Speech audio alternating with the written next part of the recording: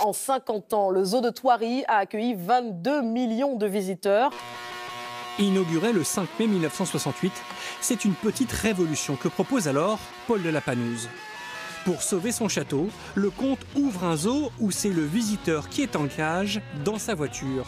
Pour la première fois dans le monde, on mettait 20 espèces d'herbivores africains sur un même territoire. Ça s'était jamais fait et tout le monde pensait que c'était impossible. Un demi-siècle plus tard, le parc français est devenu une véritable entreprise au chiffre d'affaires de 9 millions d'euros.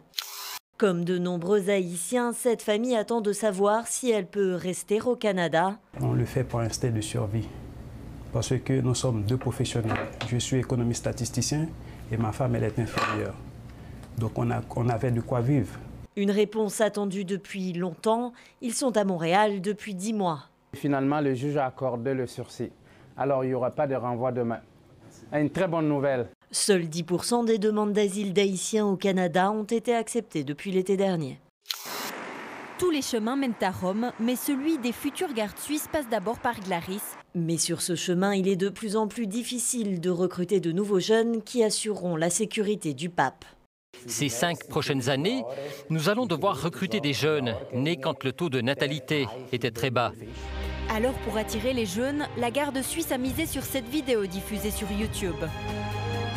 Reste à savoir si cette vidéo suffira pour attirer de nouveaux candidats. Dans cet entrepôt du Vaucluse, des piles de cartons prêtes à être expédiées.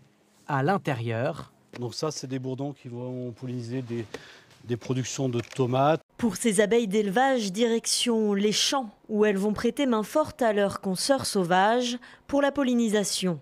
Un service proposé pour 1 000 € par an aux agriculteurs français. Avec la nature, on a des aléas, il y a des aléas, et ces aléas, on essaie de les contrer avec ce produit-là.